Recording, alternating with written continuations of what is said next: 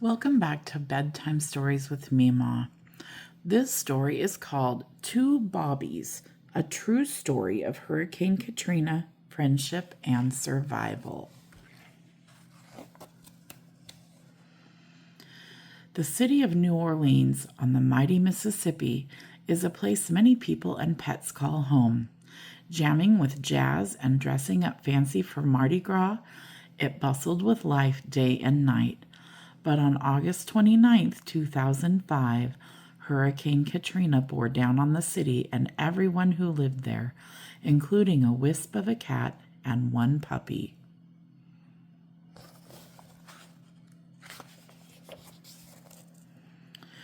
Winds roared to 110 miles an hour. Rain pounded hard and fast. Strong winds pushed walls of water from the Gulf of Mexico into Lake Pontchartrain. Some of the levees holding back the lake gave way. Water poured into the city deeper and deeper. People who had stayed through the storm were finally forced to leave their homes. They had to say goodbye to everything they loved. Many were told they could not take their pets. Bobby and Bobcat were left behind. Bobby had been tethered with a length of chain. Bobcat stayed by her side. Together in the silent heat, they waited for help to come.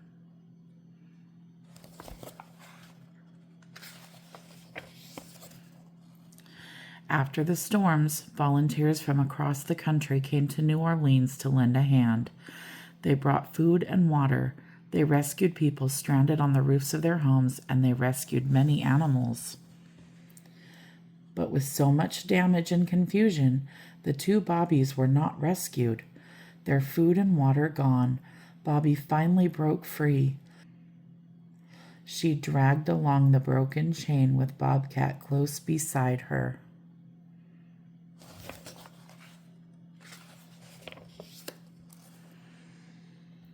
In the early days after the hurricane, the two Bobbies tried to make their way around oily water littered with debris. After the waters receded, they traveled the buckled streets with no place to call home.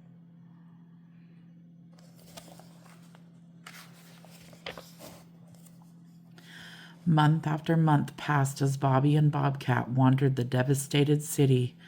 Their days and nights were filled with danger. Packs of hungry, homeless dogs roamed the streets, fighting smaller animals for food. Were Bobby and Bobcat chased away from any scraps they might have found? With little food to eat or clean water to drink, Bobby's ribs began to show. Bobcat's brown sugar markings started to fade to a dull white.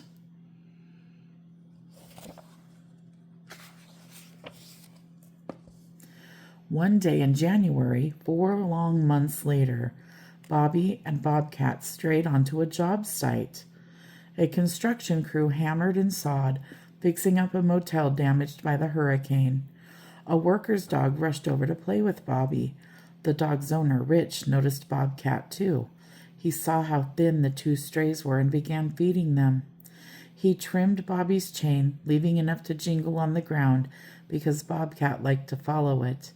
But every time Rich tried to touch Bobcat, Bobby growled. After a week of caring for the two Bobbies, Rich got some bad news when his boss came to the job site. He had given permission for one dog, but not two dogs and a cat. He said Bobby and Bobcat had to go.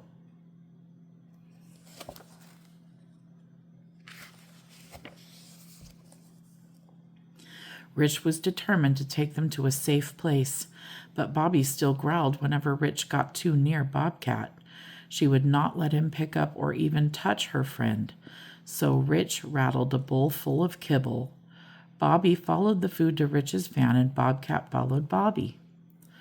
Rich drove them to a temporary shelter that Best Friends Animal Society had set up in Celebration Station, a former video game arcade.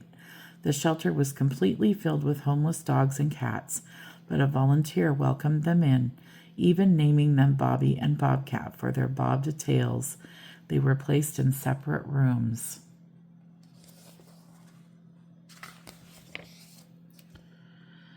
All night long, Bobby howled and barked. Bobcat paced back and forth.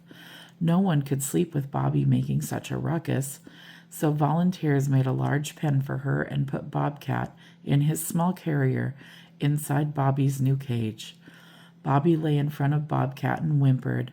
The volunteers opened the small cage to see what would happen. The two Bobbies touched noses, together again at last.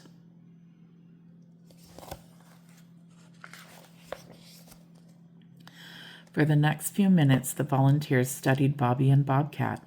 They noticed how Bobcat stayed close to Bobby. They saw how he walked with his neck stuck out and how he carefully lifted his front paws, placing them down as if he were unsure of what he might step on. Someone waved a hand in front of Bobcat's face. Bobcat did not jump back. Another volunteer waved her hand.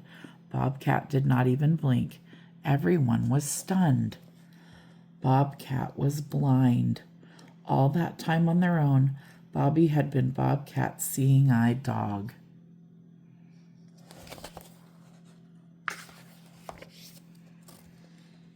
The volunteers and even an ace pet detective searched for their family with no success. 1 month later, Celebration Station closed its doors, but Bobby and Bobcat still did not have a home. There was only one thing left to try.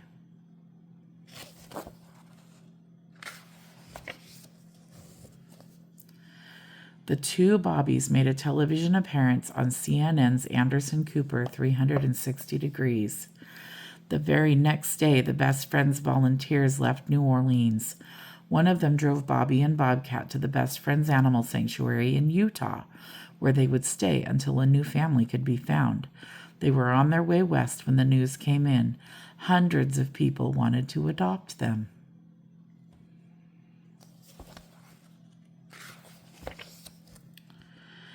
It would take a very special family to adopt them together. The volunteers made a list and invited everyone on it to come and meet the two Bobbies. Only Melinda and her Boston Terrier Gus made the long trip to Utah. That night, Bobby and Bobcat had a sleepover with Melinda and Gus in one of the cottages on the sanctuary grounds. Would the two Bobbies choose Melinda?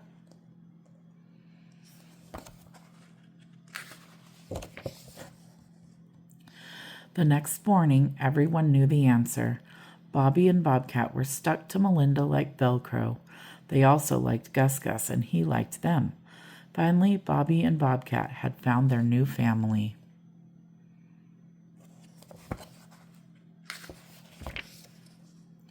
Now they lived with Melinda, Gus, and Amelia on a ranch in southern Oregon.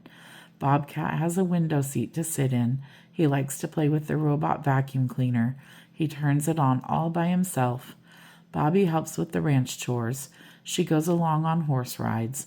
On hot days, she lounges in the frog and fairy pond. At the end of every day, Bobby and Bobcat snuggle up together. They have toys and treats and lots of new friends, even a camel. Best of all, they have each other. The end. I hope you enjoyed the true story of the two Bobbies. God bless each of you. Come back soon for another story. Subscribe to my channel if you haven't already. I pray that you have sweet dreams. God bless each of you. And until next time, bye for now.